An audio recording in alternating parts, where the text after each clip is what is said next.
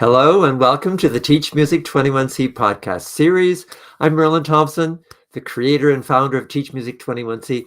It's a professional development program for music studio teachers where what we call 21st century tools and strategies take priority. And I'm joined today by Lorrie Merrell, a piano teacher colleague and longtime supporter of Teach Music 21C. Welcome, Lorrie. Hi, how are you? That's great. And thanks so much for joining in. Today, I thought it would be interesting to examine a couple of questions that teachers may use to guide their teaching, because depending on the questions that we ask ourselves, our teaching may end up going in certain directions and not in others.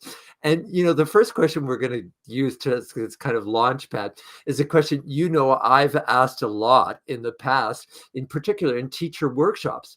And it's not unusual that I would start a workshop with the question, what skills and knowledge do we hope students will take away from 10 years of music lessons? Do you remember me asking that question ever? Yes, many times. Yeah. So what kind of things come to mind? Well, that's a big question. And it's where real teaching comes into great power, because you want to give them things that will be meaningful for their lives when they leave you. So last time I mentioned I want to be teacher proof for each student. So what questions, getting to know the student, what their personality is and what they love about music and where they want to take their music, where do they see their future as? And then, as you say, put that into the lesson that very day, which means every lesson is so important and so powerful. And you never know what is going to stick with them and what things that they will remember from their lessons. So to ask questions carefully is a real skill and something that you have to learn how to do. And I have gone through the back door and weaved around and asked until I got to where I thought, now that's where I want to be with the question. So getting to know the student, asking them what their taste is, what they want to do, where they want to go, those kinds of things, I guess, is where you could start. Yeah, so much. It's so interesting to see how we've shifted from that question of what skills and knowledge do we hope students will take away to the question of what do we hope students will take away that's meaningful for themselves. And for me, it's just really interesting how we can gather that information to find out what is meaningful for students.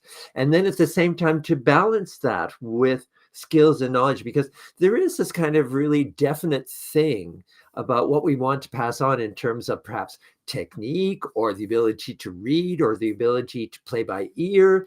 And when we have those kinds of guidelines, I think somehow if we've got two questions going on the one side, what skills and knowledge are we going to pass on? And on the other side, what is going to be meaningful for students, that we come up with a really good balance. Yeah. I like to think that I can teach them enough that and they can pick up any kind of music that they want and learn how to learn it without me. So to teach them how to learn, just the very basics, hand separate, slow study, take sections, those kinds of things are incorporated in every lesson. But it can also be with what they love to learn.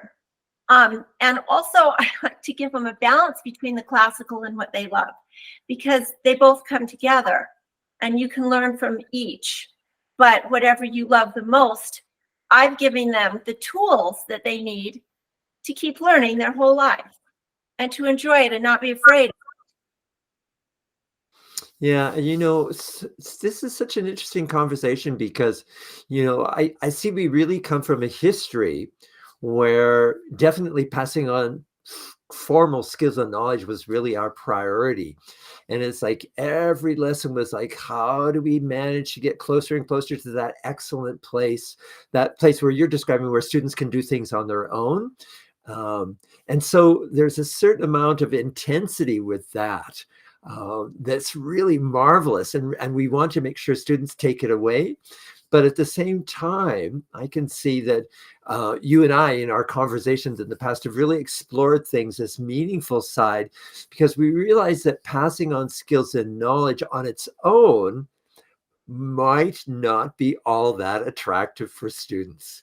So it really needs this meaningful component as well. Yeah.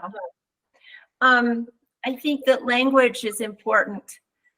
In your book, I was reading the other day how we can think of our students as a student, which means I'm teaching you and you're here to learn from me. Or to think of them as musicians and to call them musicians or artists.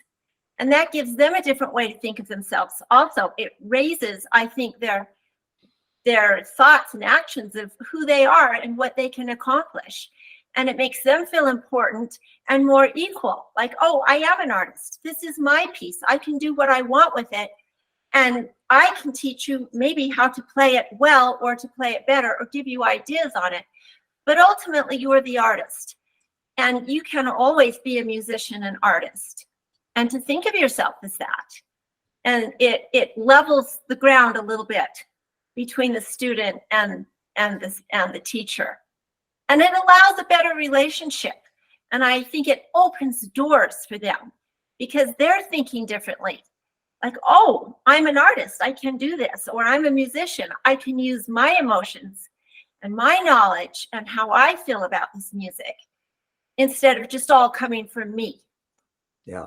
Yeah. And it brings us to another question that we've explored a lot, which has to do with favorite ways of doing things. And the idea that, students do have their favorite ways of playing the certain pieces. Teachers also have their own ways of what they think is their favorite way of having pieces performed. And the composer, if we think, what is the composer's favorite way to have this piece performed? Or mom and dad or grandma, what way do they really like to hear this piece performed? So it's so interesting to see, when you get to that place of thinking as students as musicians, not necessarily just as a student, someone that I'm going to be teaching, but someone who's exploring and going through all these different ways of exploring. I'll just give these examples. My favorite way, students' favorite way, composer's favorite way. What's been your experience with those kinds of questions? Well, it completely changes the way they play. And sometimes I've had students that just play really like they don't care. And I'll say, I love music. And that's why I'm sitting here. It's my favorite thing to do. Could you play that piece the way you think I would love it? And I can't believe how they change. Or, this composer lived hundreds of years ago. What do you think they were thinking? What was in their heart and mind when they were playing? Could you go there and play it that way? And I have been absolutely shocked at how they are able to change like that. If you just open that door, it makes a big difference. And I think it gives them a lot more, they feel more responsible to that piece, to give it the way, whatever personality or whatever venue they want to take it from, the composer, sure, or their parents or mine or theirs. But I think it always raises their level of performance. Yeah, so interesting to think about. Yeah. Yeah. So it gives them, well, what we're talking about is autonomy. And understanding that autonomy doesn't mean that it means that you know who you are and you have your own favorite ways of doing things. But autonomy, I always think, autonomy is valuable in a couple of ways. Autonomy is valuable in knowing where you're at and knowing who you are in the world. But as soon as you add on "in the world," then it becomes, oh yeah, there's a world there. So it is, and what is the relationship I have with the world? So it's not just me in my own world, and I don't know what else is going on anywhere else. That's my only concern, is who I am and what I'm doing. But automatically, autonomy has this two-way street kind of idea going on that we can explore. Yeah, for sure, my own favorite way, but that also serves as a launching point to explore what other people might enjoy as well. Yeah, it makes a big difference. And it goes into their life. It gives them so much more than just that piano lesson. It enriches their entire life because it opens up their mind to other people, empathy, understanding, of other people and being aware of that and where they are in life. And the teenagers are looking for that. Who am I? And what is my place in this world? Yeah, and understanding that there are multiple ways that we can respond to people as well. Yeah. So it's not just the idea that, oh, there's only one way to be kind to a person, or there's only one way to help a person out. I like to think, there are at least 3 ways you can help people out that are quite different from each other. One is by stepping in. One is by stepping away. And one is by letting them explore on their own.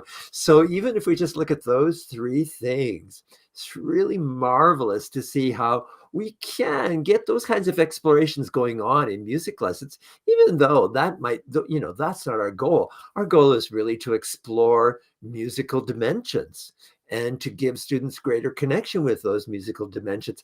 But out of that comes a whole bunch of other things that are valuable as well. Yeah. Yeah. It's you wrote in your book, there's a time to, I can't remember exactly what it was, stand by them, stand away from them, let them be on their own. And the power of teaching is knowing what to do when, and when that student needs what they need from you at that lesson, at that time, and being able to deliver it. And sometimes you hit it right on, and sometimes it takes a while, depending on, Right. yeah. Sometimes it takes plan B, actually. Yeah. For me, I like to say, so if plan A doesn't work, I've got to go to plan B right away. If plan B doesn't work, I got to go to plan C. If that doesn't work, maybe I should just turn things over to the student. And instead of me always trying to come up with what's the solution for this situation. Yeah, maybe I should have turned it over sooner to the student and let the student and provide just that opening, that space for students to find solutions for themselves and to learn about the process of what is a good solution. So a good solution isn't necessarily your first choice. A good solution is the one that actually works, and it might be your 3rd choice down the line. Yes. I had that experience just the other day with a little person who I wasn't getting anywhere with him. And finally, I just turned it over and said, here's the book. What would you like to learn? And he opened it up and he said, oh, this one. And I said, let's try it. And he was so willing and so happy and just flourished and did so much better. But it took a while for me to get there, to think, what's going on with this person, and how can I make this meaningful? How can I get there? And it took a while, but I was really grateful that I did get there. Yeah, and that serves as a launch pad for the next time when you encounter that kind of situation. Yeah. So now you've just added another tool of your own, but you've also nourished a tool in the student. So giving the student ownership and letting the student experience where that ownership takes them. Yeah, those are really important stages in students' own development, and part of our handing over to them this whole ownership challenge. It's just so marvelous. Yeah. So, unbelievably, we're probably at a good time to wrap things up. But what we've done today is just to examine how looking at different questions, a question like what skills and knowledge, a question like what's meaningful for a student, a question like favorite ways, and all the different favorite ways conversations can go, that all of these mechanisms come together to really shake up our teaching world and give us the opportunity to use more tools. I'll call them 21st century tools and strategies with students, and also at the same time to just nurture that autonomy and that variety of solutions for students as well. It's really fun to watch. Yes. Well, 21C has given so many ideas and so many solutions, and it has just enriched my teaching. I think it's helped the lives of my students, and the questions and the autonomy and all of the things that we talked about today they really come to life, and it makes you want so much to cherish every lesson that you give a child. Every lesson is powerful. and every lesson you want them to go away feeling good and accomplishing something and thinking that maybe I planted a seed today that will grow and be in their life forever. That's a humbling thought and a big responsibility, but always a challenge that keeps every lesson alive. Yeah, I appreciate what you're saying. It's a big responsibility. It's a challenge, but for me, it's also doable. Yeah. That for me, that's the important thing. It's not an impossible challenge. It's something that's completely doable.